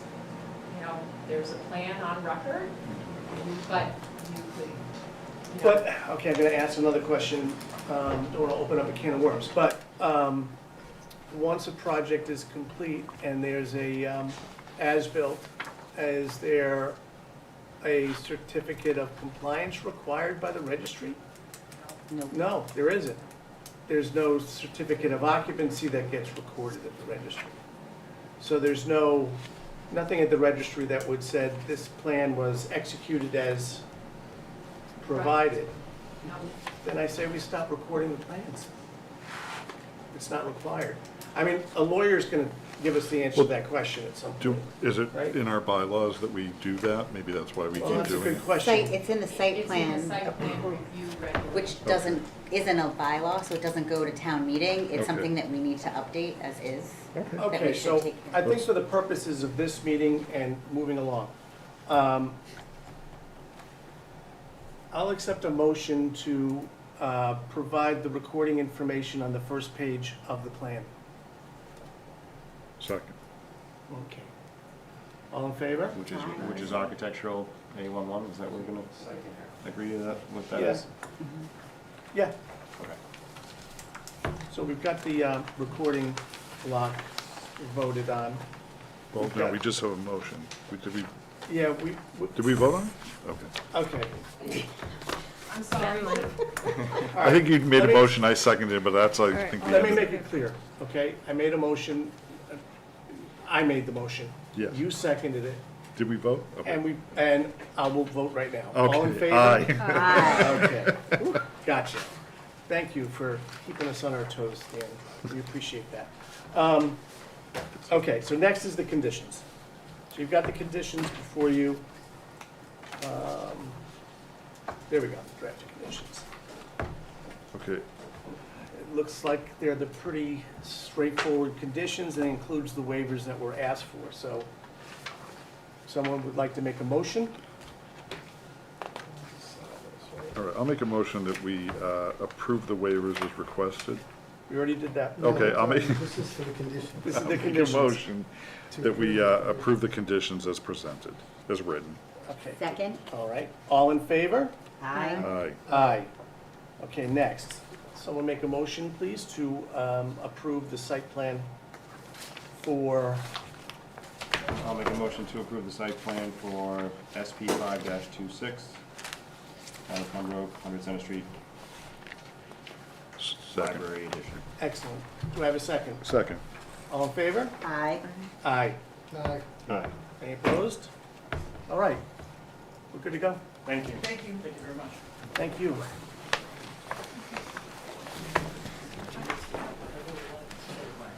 All right.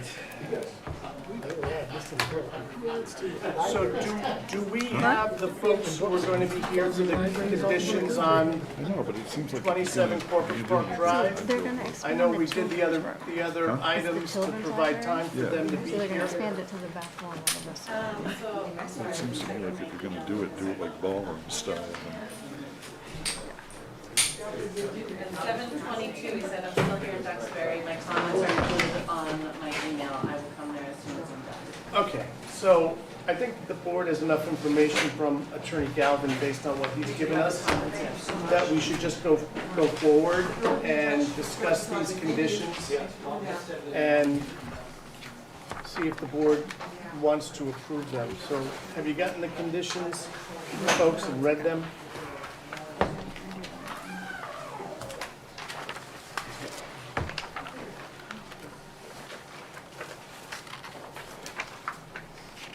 And I think Attorney Galvin's comments were basically on just some of the wording of these conditions to clear up language. Other than that, most everything he was pointing out was something that he hadn't seen yet, but then subsequently saw that was responded to by the applicant. So these include his comments? No, his comments are separate. Okay. I didn't, I'm sorry, I That's didn't okay. print them out. for I may have them here, but you can take a, no, I don't have them here. All right. Yeah, that one's from Bob. This has all the comments. Okay, yeah, so I'm just gonna go through his comments very quickly. The first, if you look at condition number 2, any additional zoning relief, including but not limited to variances and special permits, shall be obtained prior to the issuance of a building permit. They have to do that anyway. And making the condition is making it a condition, redundant, because they've got to do that, otherwise they don't get the building permit. So I think that makes sense. Then in condition 5, upon completion of construction, the petitioner shall submit an as-built plan accompanied by a written certification that all conditions of this decision have been met prior to issuance of an occupancy permit or an occupancy permit for a building as the project is in phases. The as-built plan or a partial as-built plan and site conditions shall be reviewed by the board's peer review engineer and approved by the board. The as-built plan shall be submitted in both hard copy and digital PDF format. And if you remember, the proposal was to begin with site development and then the first building, and upon completion of the first building, they'd be looking for an occupancy permit, and they will do work concurrent with the occupancy of the buildings as they come online. So this seems like a reasonable change. The project, this is number 6, the project shall comply with all water department rules and regulations, including but not limited to A and B. And these are made into subcategories as they are water department rules and regs, but need to be listed per the water department. So that just conforms with what the water department wants to see in the conditions. So what was he asking for change on that? It was. I think they used to be separate. I just put them together. I put them under subcategories because I spoke to the water department and they asked They for those to be wanted that, specifically in there. but the only wording he's changing here is including but not limited to. Well, that was me. Yeah, that was mine. That was yours too? Yeah. Seems reasonable, and he looked at it. Number 9. This has to do with what page is recorded at the registry, and we're going to ask that it be recorded on page 1 of the plan. And if they have an overall site plan, it's probably what, because you got your you probably sign the first page. I think we've limited you guys to the first page, so you have to sign every page. So that's a good page to record, and then maybe an overall site plan, just so they can see the development. Okay. Because you may not get that all the time on that first page. If you do, then great. The site plan to me would be the most important to be recorded, if we're recording. Yeah. All right, number 11, the petitioner shall make an additional payment into the project's engineering review account to pay for anticipated construction inspections by the board's peer review engineer before issuance of a building permit. The amount required shall be communicated to the petitioner at a future date. I think that's reasonable, and of course we want that because this is a big project requiring a lot of review and inspection. Okay. Then his other comments were, number 16, was that provided? It's been provided. It was in your response. Which is prior to the start of construction, a final landscape plan stamped by a registered professional landscape architect shall be provided. So that's been done? That's been done. Have we seen that? What they sent in this latest round of plans is an updated landscaping plan with lists of plantings, quantities, and sizes. So we did see it at the public hearing. Oh, Yeah, no, I'm was- just making was notes. it- Oh, I thought you There's were nothing. No, writing a just- note. yesterday? I don't Yeah, think I've we've been seen it. updating like everything on your Okay, but we did documents. ask for a list of the plantings. Yes, and they Okay. did that, but what they did say is they wanted to leave a condition in that they could update that, because I think around the clubhouse, they haven't really refined that yet. So if they make changes, they'll give you a final plan. Okay. 17, prior to the start of construction, all required easement documents shall be executed, recorded, and provided to the board.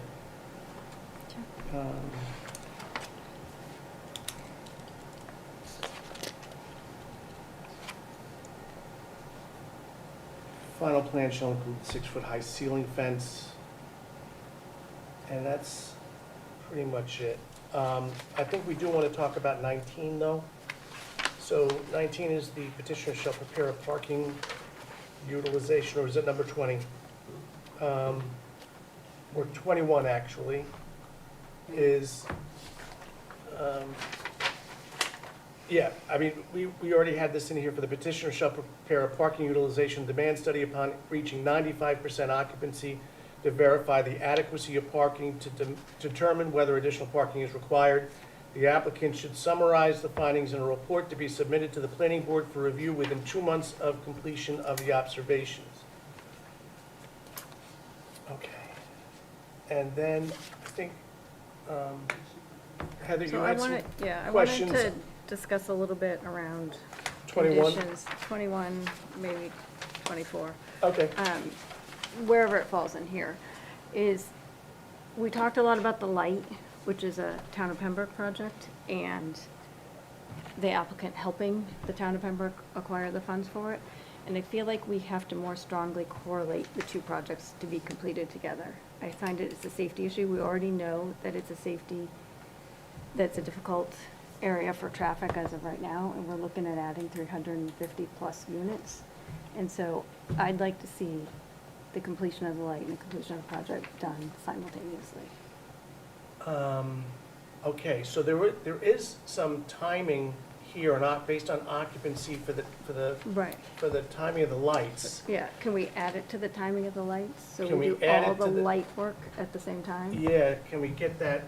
I mean, I'm asking the board for What do you their think? input on this. That's a town, like, we're doing that, or is that state? So here's how it works. The applicant's willing to work with us on securing a grant to do the work. It will be the town's project to put that light in. I just think on lighting, it's gonna be, we can absolutely I think try. before feel the like final occupancy permit is issued, like, we have to tie it to some, like, in order to hold them accountable to continue to help us put this light in, I think we need to have some sort of threshold that they meet. Otherwise, we're just saying like, oh, you gotta help us get this grant, and it could be years from now. Well, we want to make sure the light happens. Right, I think- right. Agreed, but I don't know that they would be willing to tie those together. I mean, I certainly Well, wouldn't. it, What, the final The occupancy? yeah, permit? I wouldn't put my C of O up against any sort of traffic light. I'm 100% in agreement with you, I just Right. don't know how we word that or how we make that happen Right. with them. How, so that's is there, just one piece what of else it. is there to tie it to? Is there anything else? What, Yeah, you would can't you tie have the anything CFO. else besides, I mean, Like so we're, deposit, monies, something. but we're tying Oh, to other lights too. What about, Like a bond? a bond, Okay. asking for a bond that would secure funding.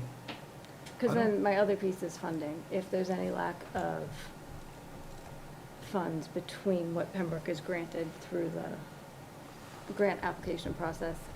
Again, that And would be, have to be defined in whether we're asking them to help us get a grant. Well, we have asked them to do that. Right, and then we're basically saying if we don't get it, pay for it. Yes. That's what I'm suggesting. Yeah. Or, I don't know what, Or the I net. don't know what a difference. traffic light costs, but, Right. you know, I mean, More than you. and I don't It all think, depends on where it is, actually. right. But my thought, right, but my concern is that like, you know, they're telling us oh yeah, we'll go along and help you get this grant, but like, is the grant for $100,000 or $200,000? Like, what Right. does the town get stuck with? I mean, we know this is an issue. Like, and I know there was a traffic study that says that it's not a high crash zone now. But what the traffic study doesn't measure is how many people slam on their brakes right there when someone pulls out of Corporate Park. Right. Trying to get out quickly because we know it's an area of congestion. It'll be opposite congestion though, if you think about it, because residents, they're leaving while workers are coming to work. So Yeah. it's Corporate Park where people are coming and going to work. And we're saying people that are leaving and are coming back there, that live there, are gonna be doing the opposite trips. Yeah, I think it was established through the traffic study that Yeah. the issue warrants a light there, but To- this development isn't necessarily making that Problem any issue worse. worse. but they're willing to work with us to get a grant to get the light in, and we feel it's important to address that issue at Corporate Park Drive. The question is, how do we make sure that the light gets put in? Maybe we ask for, Like 250 and then in a bond, and then, or we ask for an estimate to be provided on what it would cost, which is going to be part of the grant application process anyway. Which they're willing to do. Yeah. And what if it takes 2 years to apply for the grant? So, yeah, the timing could still be an issue, that's what I'm getting at. Right. Yeah. So long as we ensure it gets done, I'm more concerned with that. So, yeah, it might be crappy for a year or two. Well, it's but- already a tough situation, right? Like, so last Wednesday, and I avoid this area at all costs during rush hour, because there's no need to go that way, as far as I'm concerned. But I was coming up 139, and 2 Pembroke ambulances came down Oak Street and got on the highways, one going north, one going south. And I mean, we know that Oak Street is tough, and pulling in and out of there is tough, whether it's morning or afternoon. Like, there's a Well, that's what line there. We and have they're- the OCPC doing the that's the why we're gonna corridor do the study right now, lights. which hopefully will come up Alle- with a plan to Right. help alleviate some of those Right, problems. but I'm not willing to like put people's safety at risk. Like, this isn't an issue of like screening something, right? This is a safety issue of potential accidents happening there. And it's our resident safety, and I just think that this board needs to focus on that. Like, we are the planning of what's gonna get developed there. Well, we could also, I mean, if we ask So I'm them open to for, any. if we ask them for a cash bond for completion of the light, and we get our grant money, it gets paid for, we just release the bond at the completion of the light. Yeah. Yeah, that's what I'm saying. Yeah. I still think there might be a lag, and I understand your concerns. Mhm. You're never gonna get, I don't wanna tie that to their occupancy. Well, I would have preferred them to own the light from the But I don't think originally, I thought they were, when we had the. They're doing the grant process, which they Right. have to do a lot of I studies think for if it. the approach you're taking right then is to say, you do a light. Yeah. We don't give a hoot about a grant. If you're going to, But you they- get time, I we- think the time delay is going to be the grant. Right, Could the we- grant process we need to apply for, they can't. Well, I thought the traffic engineer mentioned that he was happy to prepare it for the town. Yeah, and I think that's going on, I think that's happening right now Right. with. Could you ask them to, if this goes along with the bond idea, design it for you? Because that's the cost, one of the costs. probably the But it- major problem. In the review process that you're gonna have to go through Mass DOT, rather than the town hiring another engineer, traffic engineer, to design the light. Yeah, I think what they're doing is they're doing a grant for that, Oh, that includes it? yes.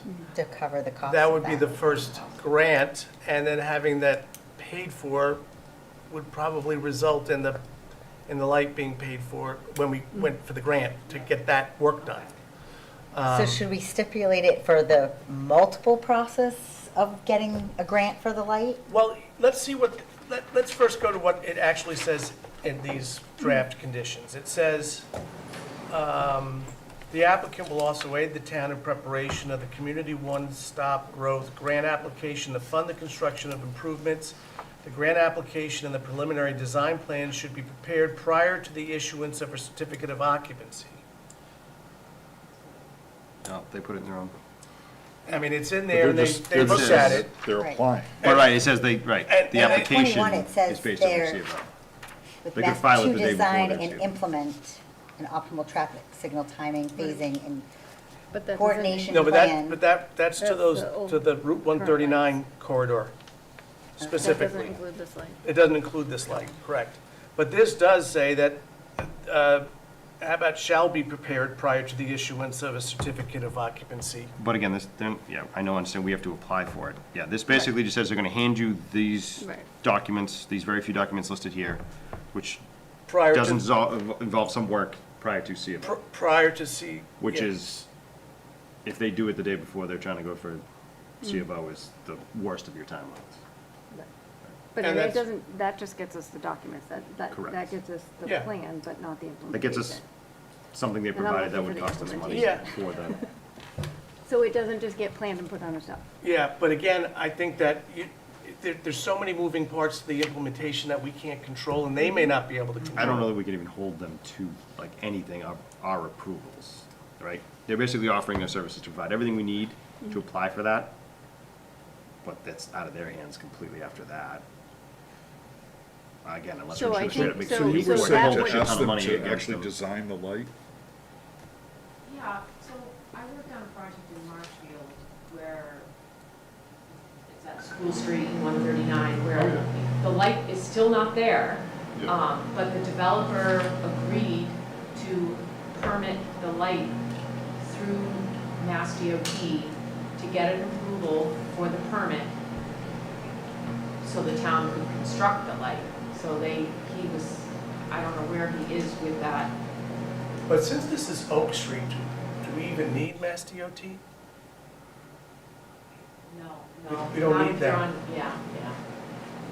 So, I mean, that makes it a lot easier to- It butts up on Yeah, but a state road. All right, So the for some study reason I maybe. was thinking you were thinking. The study, it would be involved in doing the light study. Yeah. At that intersection. no, that's. We would need to coordinate the That's light, what- the timing with the other Exactly. Yes. traffic Yes. lights. Yes, but, So you're talking about an actual light in Corbett Park and Oak. yes, Yes. so we don't need to get that DOT approval for that. So it almost seems, like you just made the comment that it needs to also be timed with these other lights, so that's only just pushing it back further, in my mind. Right. That it should. Well, that's the light after should be it's there. installed, like to make sure the timing works, so Yeah. traffic So it back up should- and phasing and we're traffic saying- doesn't That's screw up. that's But that- a much bigger expense in engineering and design sequencing, like sequencing. Right, how so those I mean, I feel like it should be done controls. when they're doing that, which is at 80% occupancy. I mean, we're tying them to timing lights tied to occupancy. This light should be in and be timed with those other lights at the same time. That's your more complicated, that's the Yeah, but most wait, complicated part we about that. don't, but, you know, we had the traffic study done, it said that a light was required there. Prior to That this light, development. but that light will go into, if that light exists at any of these occupancy or any of these levels, as they adjust the lights, they will adjust the lights to compensate for that light Okay. being there. Okay. And when the light is finished and complete, they will still continue to have to retime the lights at 139 if it's warranted. Yeah, but they're talking about a light, that's a service that they may not have to provide if we don't hold them to putting in a light. Right. Well, no, they're gonna do this regardless. They have to do the retiming of the lights on 139 Oh, regardless. the 139 lights, sorry. Yes, Again. regardless of whether we get a light at Oak Street and Corbett Park Drive. Gotcha. So I think that what this does is this holds them to the design and the application and preliminary design plans prior to the issuance of a certificate of occupancy, and a bond for completion of the light shall be required before Of the Corbett Park and Oak Street. of a certificate of occupancy, before a certificate of occupancy is issued. I think, Final, like for the last structure. yeah, so Like, there'll if be a they're bond phasing- That's for the fine. completion of the For project. completion of the project, Right. yeah. Yeah, So what, like, what'd you say, you thought about $500,000? well, we don't know what that number is. We'll- Yeah, I know, I'm just saying, I'm just, But we will know. We Like, will can know. find out, we Okay, can find out alright. Right. what, get a real It's not number. 100,000. Yeah. Yeah. no, we I know don't- that, I'm We just, don't need But to we'll enshrine get that in the conditions. We don't We need can that just say number. that, Right, right. okay. that's true, okay. So that pretty much holds them to a monetary That's the only thing you can do. commitment, right? Right, right. All right, so we're gonna get that in this, and Yeah. that's pretty much the big issue here. Everything Yeah. else was, and I'm glad you brought it up, Heather. Thank you. So, what's the pleasure That's of why the you board? make the big bucks on this board. Do I have a motion to issue the conditions as presented? With the addition of the, Yeah, how do we Language. officially get the Addition. addition of that in yeah, there? well, we'll get that in there, but we'll say with the addition of the language for a bond Yep. for the project before issuing a certificate of occupancy. Can I ask one more question? Yeah. Just out of curiosity, your first asking for all the information for the grant, you've tied that to an occupancy. That's still in there. Right. Yes. But is it to the first occupancy or the final? The final occupancy. I think the grant application needs to be first occupancy. So the language, Because if it takes them, No, they said 3 to 4 years. No, I just, you know what, I don't want to complicate it. I mean, we're still holding on a final certificate of occupancy that's a significant milestone in a project. So, and it also gives you a length of time for this stuff to get done. And I don't want to have them rushing through a project for this, and any number of unknowns can happen with a project this large. So to tie the hands of a applicant in that way, I think just makes it tougher, may make it very tough for us, because also, we have to enforce that. And then what do? Do we issue work stoppages? Well, I think, wasn't you know- the occupancy their suggestion, those numbers? No. so again, that was timing of the lights at Oh, sorry. 139 and Which- Oak. Which actually benefits them upon Yeah. occupancy, because they want to measure it out, and they don't want to have to, they want to go, as they go, adjust those lights. So I think having it tied to a certificate of occupancy, a final certificate of occupancy, makes sense.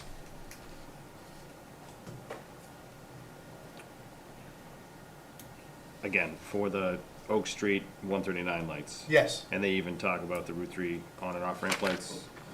yes, So everything they have listed here only speaks to 139 versus Oak Street lights existing. yeah, they're two Nothing. separate, two separate things. So are we going to try and add any verbiage in there for No. an Oak Street Corbett Park light? Oh, yes, yes, we will. Okay. And it's here in 24. Which is the preparation of the documents they Yes, list and for then the what we- one-stop grant, Yep. And what we want to add is a preliminary designs prior to CFO. cash bond for the completion, if needed, a cash bond for the completion of the traffic signal. I wouldn't say if needed, because then there's an interpretation there, what does that mean? Okay, so a cash bond for the completion of the traffic signal project is required before an occupancy permit will be issued. Did you say a final occupancy or just? Yes, final CO. occupancy. Yeah, so Yep. if you're comfortable stating all that, and then that they can approve these as is. Yep. Okay. And I'll then- did you move, you moved? Yeah, that? so I'll make a motion second to it. approve the conditions for case SP 3-3A-1-26, Corporate Park Residential Multifamily Housing Development, drafted conditions for this meeting, as shown, with the addition, as previously stated, for a cash bond to 100% complete, above and beyond any dollar value, whether it be zero from the grant, the Community One-Stop Grant, that the applicant says that they will assist us in applying for. Excellent. Do I have a second? Second. Okay. Now the vote. All in You good with favor? Yeah. Aye. Aye. Any opposed? Good. Okay. Side note, do you know if anybody submitted this to OCPC for the corridor study? I did mention it to them. Okay, I'll make sure they get it. Yep. And actually, for the grant application, I mentioned that they should talk to OCPC and reference that study. Oh, trees down. Okay, so we do have one more order of business, which is, you've got the meeting minutes from Monday, April 27th, 2026, before you. I make a motion to accept the meeting minutes from April 27th meeting as submitted. Do I have a second? Second. All in favor? Aye. Aye. Any opposed? Good. Is there any other business? I'll abstain, I wasn't here. I just would like to discuss one thing. We had a developer come in and propose a development on a piece of town property that he hasn't purchased yet. It's in the purchase. Yeah. Is it in the purchase and sale? Yeah, no, look, It's not- I'm not saying it's not normal. What I'm saying is that I personally find it egregious that the town sells a piece of property that's town property to a developer, for the developer to do a plan and come back to us. Like, in my mind, when the town controls a piece of property, we should also put together a plan of how we want to see it developed. Like, why You want the should, town to pay for I that? think the town should do that and sell it as a finished plan. Because then the guy's gonna save money on the front end, all the planning and all the coming before us. You're just basically saying this is going out to bid for a developer to build as a finished, Exactly. a DD set. So you want the Exactly. town to be in the, I think the town should be involved in it. Why should we? I don't think that's the business of the town to develop plans. know However, what? I think I you think could the steer. town's incorporated. I did it in Dunstable. We could do it here in Pembroke. So Also, what's- duly noted, we're at 9 o'clock, and I think the business before the board is finished, and I will entertain a motion to adjourn. motion to adjourn. I'll make a motion to adjourn. Okay. Second? All right, all in favor? Aye. Aye.